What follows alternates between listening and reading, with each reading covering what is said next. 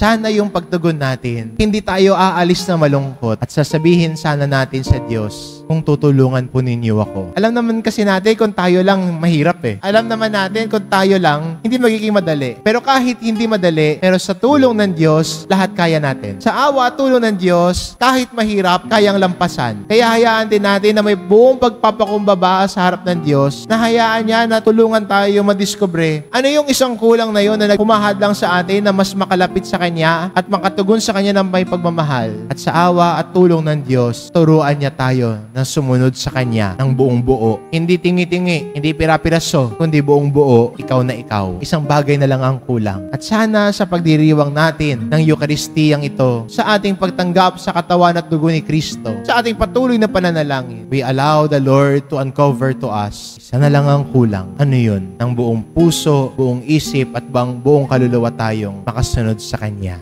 Amen.